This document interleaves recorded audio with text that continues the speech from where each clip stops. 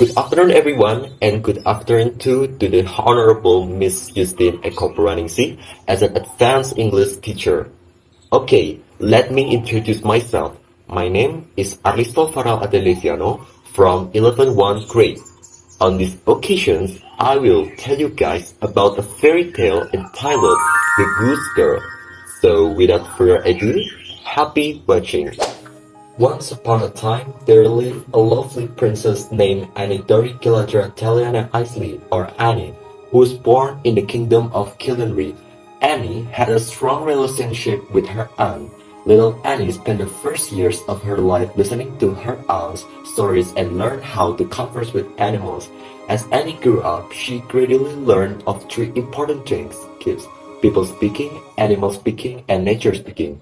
When her aunt left from the kingdom, the queen forbade Annie to talk to animals because she and the rest Killenry were terrified of animal speakers. Years passed by. As a crown princess, Annie's life that was always under her mother's shadow made her feeling not confident to be the next queen. Things got worse when Annie's father passed away. At a funeral, the queen announced that her second child, Caleb, will become the next ruler. Feeling confused, Annie tried to confront the queen. She asked the queen about her statement some weeks ago. Hearing that, the queen asked her to sit and continued explaining. You remember, 5 years ago we received a visit from the Prime Minister of Bayern. Annie nodded. Well, actually, according to our traditions, it has to be one of my kids to marry the Prince of Bayern. It should be the third child, Napralina. But she is too young, and you, my dear Annie, you are different, said the queen. Hearing that, Annie got confused. The queen explained that she was worried that people would never trust Annie as the rumors of her being an animal speaker. Furious and upset, Annie had no other choice and was obliged to agree. Annie's lady-in-waiting and best friend, Celia, also convinced her to go to Bayern. Annie was crushed, but performed her duty and left Killenry. However, another bad thing happened. On the way to Bayern, Annie began to feel alienated from Celia. Celia later took Annie's identity as the princess and seized Annie's power.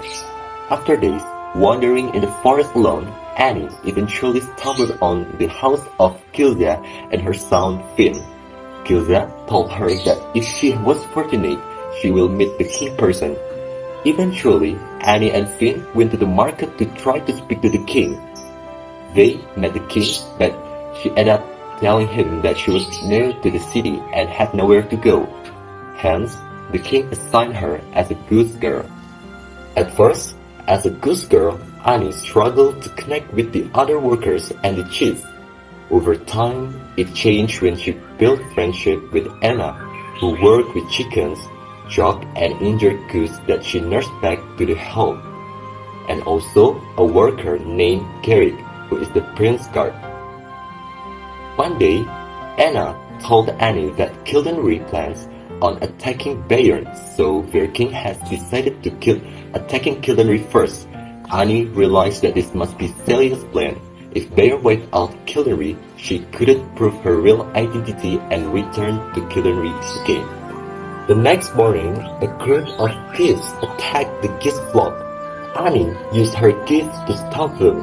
She asked the wind to help and it responded by picking up a large amount of dirt and attacking the thieves.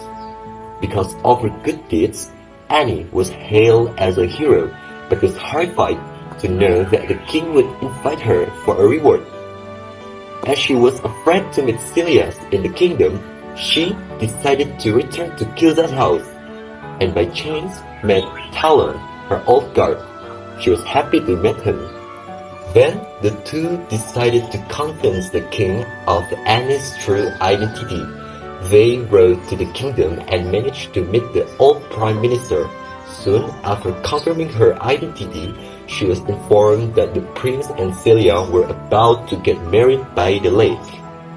Thus, Annie went to the lake to confront Celia. There she found out that the guard, Carrick, was actually the crown prince. A terrifying battle between Celia and Annie could not be avoided. Luckily, before Celia could kill Annie, Garrick intervened and helped Annie. Days later, after things quieted down, Annie was called to prove that Killenry was not about to attack Bayern. She declared that she was the proof as the queen would never send her firstborn into an enemy camp before storming out. Garrick praised her for ending the war before it started. At the end, Annie and Garrick decided to get married. Garrick took her to a celebration where she was introduced as the official crown princess. So guys, the moral of this story is about honesty and being true to what it is.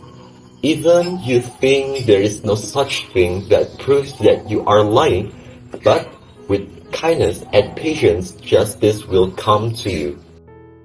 So that's the storyline of the Goose Girl. Thank you for watching.